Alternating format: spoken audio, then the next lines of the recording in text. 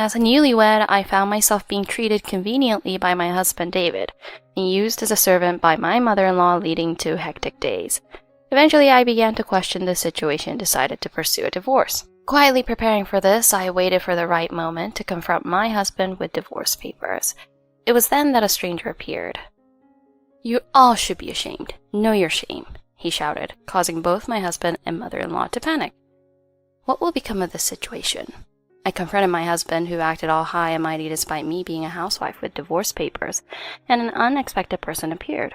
My husband and I got together and married within 6 months of dating, a whirlwind romance. I never dreamed it would turn into a quick divorce like this. I am 24 years old, a housewife. My husband is 25 years old, an office worker. We don't have children. My kind and proactive husband always supported and guided me. For someone like me who tends to be shy, it was comforting. Even before we got married, my husband wanted me to quit my job and become a housewife. His reason was that he wanted me to help his mother. He often said he wanted to make things easier for his frail mother. He was kind and cared deeply for his mother, but following him turned out to be a big mistake. His attitude changed shortly after we got married. After our marriage was registered, we moved to a new home. We were supposed to choose a date for the wedding ceremony and make preparations afterward. By the way, the new home was a house handed down to me by my parents. My parents moved to a 2-family house built by my sister's family and handed over the house we had lived in until now to me. Looking back, I felt uneasy about my husband's words from around this time.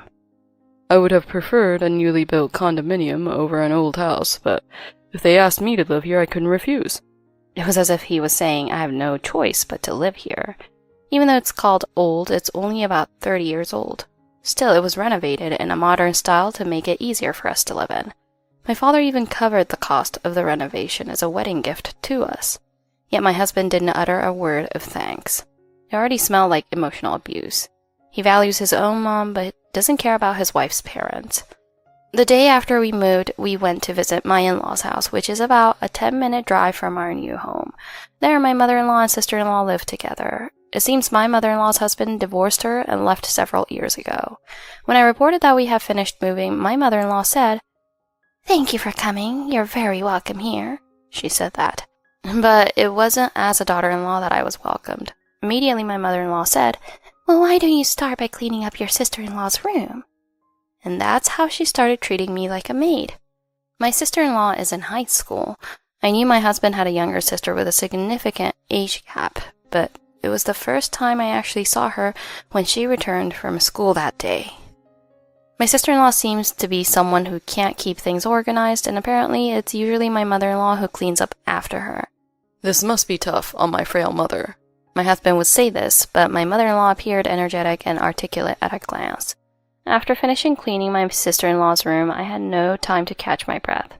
I immediately folded the laundry that had just been brought in and took it to the place my mother-in-law instructed. Just when I thought I could finally go home after finishing the chores, "Since you're already here, let's have dinner together.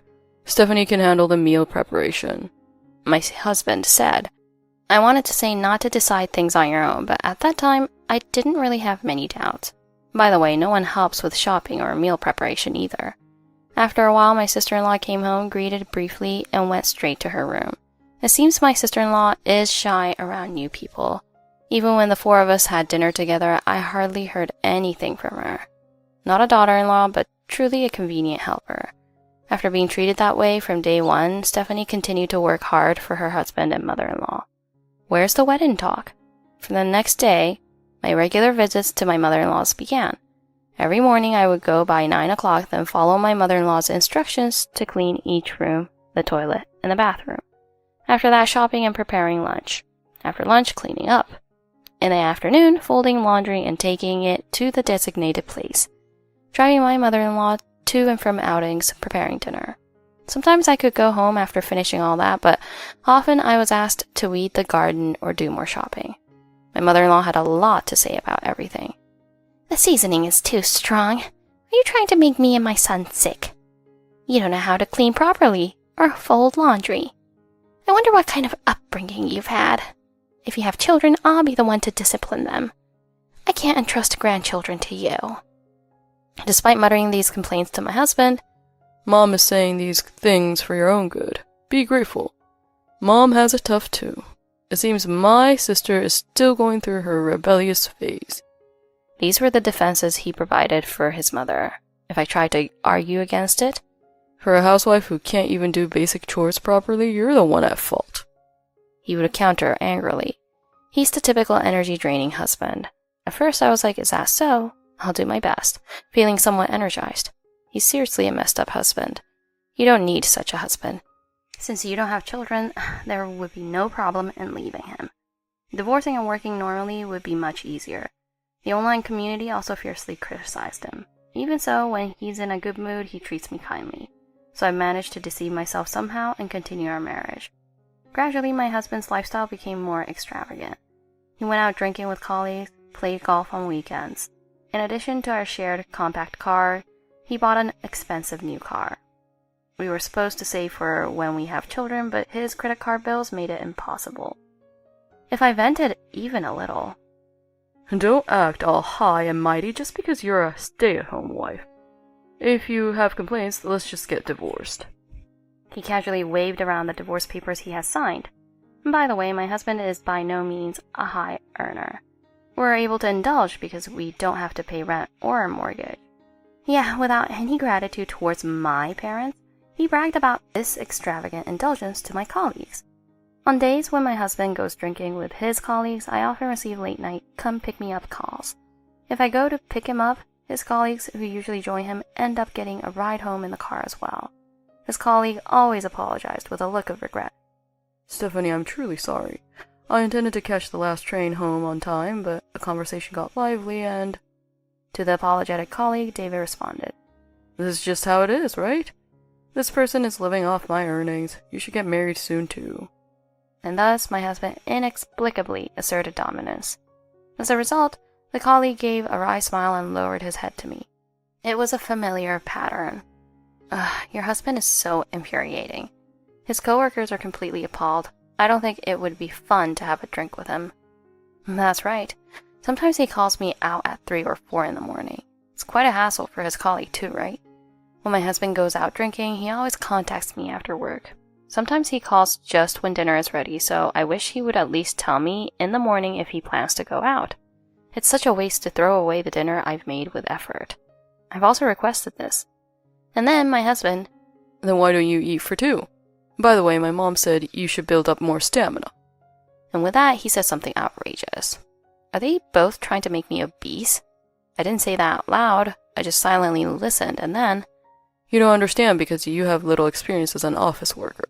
Whether I go out for a drink or not depends on the work situation that day. Besides, if invited by the boss, you can't refuse, right? At any rate, my boss says I'm a promising star. I was so tired of hearing his bragging about what he would do when he get promoted. The only respite I could get was around the weekends. My husband, who has Saturdays, Sundays, and holidays off, always went drinking on weekends.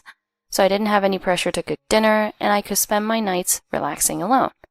Well, except for the late-night come-pick-me-up calls, so I couldn't drink alcohol, though. It's better for your husband not to come home at all right after we got married. What's the point of being married? You could be much more free and relaxed if you got divorced. Yeah, that's exactly right. It would be so much easier to just get divorced and work a normal job. Around 3 months after we got married, I got one more job at my in-laws' house. During this time, my younger sister was skipping school. She'd lock herself in her room, and if my mother-in-law scolded her, she'd retort angrily and cause a scene. It became my job to calm her down and listen to her. But compared to dealing with my mother-in-law and my energy-sapping husband, it was much easier. My sister-in-law wouldn't do anything, but at least she wouldn't say anything to me either. Taking care of her daily needs without any complaints was actually quite pleasant. When my sister-in-law was in her room, I felt relieved from my mother-in-law's constant demands, and I appreciated that too. Reclusive sister-in-law, good job. Is she on your side? But she's a high schooler, so she should handle her own affairs. Maybe these little respites were why I couldn't bring myself to divorce. While trying to deceive myself, I held on to a faint hope that if I tried a bit harder, my husband would finally acknowledge me. However, I finally began to question my own situation. It was someone close to me who made me realize that this wasn't normal. On my first Mother's Day after marriage, I bought a bouquet for my mother and went to my sister and brother-in-law's home. My parents and my sister and brother-in-law were delighted to see me. When asked why my husband wasn't with me, I casually brushed it off, saying it was due to work commitments. The scene at my sister and brother-in-law's home was shocking to me at the time. Maybe because I had started living alone when I entered a university, I had forgotten what family warmth was like. The warmth of being with family again after a long time was touching. My brother-in-law cherished both my sister and my parents dearly. Their banter with my father and mother was just like that of a real parent and child. My sister is pregnant, so it seems my brother-in-law is considerate in various ways. When her morning sickness is severe, he apparently helps with the housework. Ah, so this is what family is. For a moment I wondered if my husband would change once we had children, but my thoughts quickly changed. A child with a father and grandmother like that would be too pitiful. Thanks to that experience, I finally felt liberated. At the same time, a strong resentment towards my husband surged within me. All right, let's get a divorce. I'll discard that kind of husband from my life. From that day on, I steadily progressed with preparations for divorce. When I explained the situation to my parents and sister's family, "Yeah, you'll have a divorce on your record, but it's much better than enduring and living like this." they understood so easily. Of course, in front of my husband and mother-in-law, I played the role of the convenient daughter-in-law. I've been waiting for this. Lightning strikes the lousy husband. And the forum users were excited. I gradually organized my belongings, I checked documents, and once I was reasonably prepared, I took action promptly.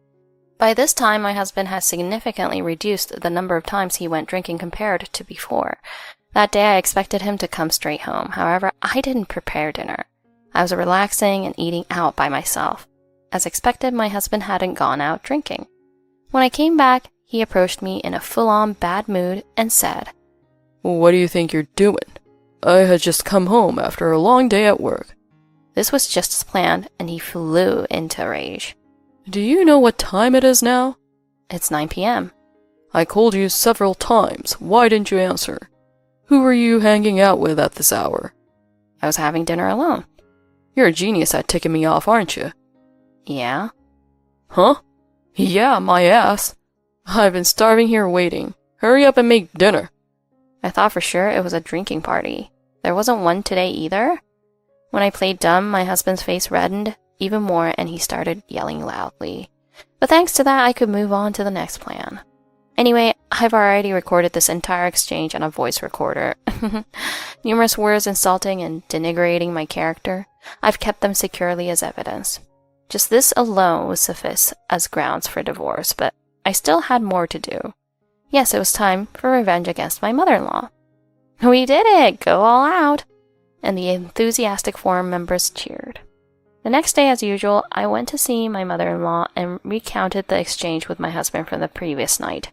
Upon hearing it, mother-in-law said, "Using abusive language and shouting is not right, but you're the one who's in the wrong for provoking it." She was still defending her beloved son. Thanks to that, I got a chance to blow up at her. So am I the bad one for doing things that lead to being shouted at? According to your reasoning, that's how it is, right? What do you mean by reasoning? That's what my mother-in-law asked. And that's why my sister-in-law acts out. It's your fault for raising her the wrong way. Oh, you! How dare you! It's because of the way you raised her that she acts out, right? Please, stop this! Well, what else am I supposed to say? I'm just following her example, okay? That's when I went on a rampage. I messed up the room just like my sister-in-law did. My mother-in-law was all flustered, saying things like, "Oh no!" and "What's happening?" My sister-in-law showed up in the middle looking stunned. "Hey, stop just standing there! Do something about her!" Ignoring what my mother-in-law said, my sister-in-law went back to her room. I returned home, leaving my mother-in-law bewildered, and after a while, my husband came back. Apparently, he had received a call from my mother-in-law and left work early. As expected, my husband looked furious. I positioned myself near the back door to ensure I could escape any time. "Welcome back. Did you leave work early? Are you feeling unwell?"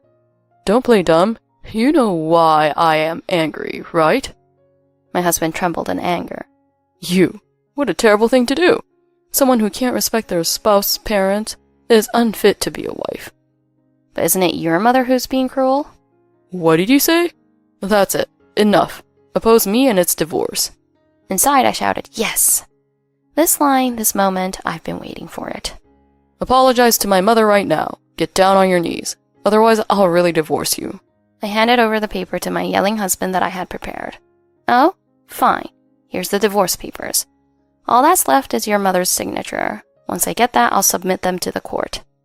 These were the divorce papers my husband had been dangling as a threat for a while. I had already signed them and got my parents to sign too. Wait a minute, I quickly retorted to my suddenly flustered husband. Why? Isn't this what you wanted? That's not what anyone said. I mean, you're in trouble, right? You don't have a job in hand. How are you going to make a living without me? Facing my unexpected counterattack, my husband started to fumble nervously. But his attempts to assert dominance with his I'm the man attitude were laughable. As I watched his comical display with a cool gaze, my mother-in-law barged into our home. Mom, please listen to me. Interrupting my husband as he sought help, I stepped forward in front of my mother-in-law. Mom, perfect timing. Could you sign this? As I said this, handing over the divorce papers, a stranger walked into the living room. Huh? Dad? My husband exclaimed. The man in the well-tailored suit was my husband's father and my mother-in-law's ex-husband. With a triumphant look, my mother-in-law turned to her ex-husband and he said, So this is that infamous, disgraceful woman. After causing such a ruckus in our home, now she's starting a divorce scandal? Who does she think she is, anyway? You should say something to her, too. At that moment, my father-in-law said, Nice to meet you. I'm her son's father. And he nodded to me. I returned the gesture with a slight nod. I thought the old hag brought in reinforcements, but it wasn't that. Today I have come to apologize for all the rudeness of my son and wife, my husband's father said. Hey, you! That's not what we agreed on. She was panicking next to me, but she was silenced quickly. Quiet. But... Stephanie, I'm so sorry for the pain I've caused you. It's truly inexcusable. Saying this, he lowered his head deeply this time. When I listened to the story again, I heard that my father-in-law rushed over after receiving a call from my sister-in-law. During occasional phone calls when he was worried about his daughter skipping school, it seems my situation came up as well. This time he interrupted his work to come here because... This is bad. My sister-in-law is losing it. This was the urgent request made by my sister-in-law. I've been worried since I heard my daughter's story. Even though we're divorced, I still bear responsibility for neglecting my wife and kids. So, taking responsibility himself, my father-in-law said this and signed as a witness on the divorce papers. And even now there's no sign of remorse from the two of them. You guys should apologize to Stephanie too, he shouted angrily. However, my husband was not a man of his word, and as soon as he opened his mouth, he started making excuses. I don't remember doing anything to deserve a divorce. Sure, I asked Mom for help, but it was all for Stephanie's sake. Stephanie wants to be seen as a thoughtful wife too, right? But Mom says things like, and don't let her boss you around. Anyway, why should I apologize? I give her living expenses and let her stay home. Isn't that enough? And that's when I couldn't help but shout. Shut up! I'm not a housewife because I want to be. Didn't you say I haven't done anything to deserve divorce? Well, what about this? And then seizing the moment, I played back a voice recorder packed with evidence. I also played the recordings of my mother-in-law's bullying behavior towards me. Immediately, my husband and mother-in-law started to panic. My father-in-law's expression turned into a furious scowl in an instant. You two, how dare you treat someone else's precious daughter like this? Shame on you. His angry voice echoed through the room. My husband and mother-in-law mumbled apologies, clearly flustered. Unexpected reinforcements arrived, and your pent-up frustration cleared in an instant. Father-in-law, you're awesome. I'm glad your husband's father is a decent person. Your relationship with your sister-in-law had been tenuous, but she seemed like an ally now. That's what the online community said. My husband's father grabbed my husband and my mother-in-law's heads and lowered them to apologize to me. With no room left for excuses, my husband had no choice but to agree to the divorce. After thanking my father-in-law, I immediately went to the city hall and submitted the divorce papers. I also started the procedure to sell the house we currently live in. It's a house we renovated with the consent of both parents. When we discussed divorce, we agreed as a family to sell it. Afterward, I wanted to thank my sister-in-law, so I went to my mother-in-law's house one last time. Thank you. You really helped me. But I'm sorry I imitated you, sister-in-law. I apologized like that, and she responded, It can't be helped with that, Mom. I think you held on for almost a year. And my sister-in-law showed an unusual smile. Not long after that, the divorce papers were accepted and I was finally single. I was finally freed from those two devils. Congrats on your divorce, you did it. Your sister-in-law must have had a tough time too. Actually, she might be the most level-headed one of all. That's good. I'm sure you'll find someone better next time. And so the online community cheered me on. I was so happy to finally be single, but the two people who had dumped me were still clinging on. It was so annoying. I was staying with my sister and her husband for the time being. I started looking for a job right away, but those two devils were even more persistent than I thought, and my ex-husband kept sending me, "You were the only one for me" emails. My ex-mother-in-law kept sending me "I need you" emails. Feeling annoyed, I blocked her emails. Surprisingly, my ex-mother-in-law then came over uninvited to my parents' place. I wasn't home at the time, but according to my mother, my ex-mother-in-law appeared to show no signs of remorse whatsoever. Filing for divorce without my son's consent is just too much. And selling off the house without permission? Certainly we're not blameless either, but I've apologized profusely. My son is mentally distressed. I'm tempted to demand compensation. That was from my ex-mother-in-law. At first my mother seemed surprised, but then she laughed in disbelief. However, to avoid further intrusions, I don't think she'll back down quietly. Call me immediately if anything happens, my father-in-law had said, giving me his phone number, and I reported the situation to him. As a result, it seems my ex-mother-in-law received a severe scolding from her own ex-husband. Consequently, both my ex-husband and ex-mother-in-law are prohibited from approaching me. My ex-husband has to pay compensation to me. The allowance my ex-father-in-law was providing to my ex-mother-in-law has been significantly reduced. These 3 directives were imposed by my ex-father-in-law. Interestingly, it appears my ex-father-in-law grew tired of my ex-mother-in-law's arrogance and decided to divorce her. After much nagging, my ex-mother-in-law finally agreed to a settlement where she would receive alimony from my sister-in-law and a significant amount of spousal support. Of course, for my ex-father-in-law, a company executive, this was a much easier arrangement than continuing the marriage. As a result of this agreement, my ex-father-in-law took custody of my sister-in-law. I heard that my sister-in-law later transferred to a distance learning high school. My ex-husband returned to his mother's house. If the two of them don't obey my ex-father-in-law's orders, I'll completely cut off their living expenses, he said, threatening them with that. Also, I heard a funny story from my ex-husband's colleague, whom I coincidentally met during job hunting. Apparently, my ex-husband became the laughingstock at his company. He's the pitiful man who got left by his wife. It seems my ex-husband changes his attitude depending on the person at work. He was boasting to his colleagues and subordinates. The decrease in the number of drinking parties probably made everyone drift away from him because of that. So with his great pride, my ex-husband found it uncomfortable at work and resigned voluntarily. Now he doesn't even have a job, but has to pay me compensation. My ex-mother-in-law also can't live luxuriously due to the reduction in living expenses for my ex-father-in-law. She seems to lead a modest life. Thanks to that, there are various rumors circulating in the neighborhood, and now I've secured a job, so I feel relieved. I'm also looking for an apartment and will move soon. Since my ex-husband's colleague works in real estate, I trusted him to find a suitable place, and he found a place that meets my requirements. When I coincidentally met him in town, we had a lively conversation which led to discussions about job hunting and apartment searching. I don't want to think about marriage for a while, but somehow I'm maintaining a good relationship with him. Colleague, marriage didn't work out, but Stephanie is blessed with good people around her. That's great. I wish you happiness. And so the online community were relieved too. That's the end of my story. Thank you for reading until the end. This time, Stephanie's decision to divorce led to unexpected helpers appearing, resulting in her husband and mother-in-law receiving ample punishment. Furthermore, her husband's inappropriate behavior outside led to him becoming a laughingstock within the company, further damaging his reputation. Stephanie's decisive actions surely brought relief to various people associated with her husband and mother-in-law.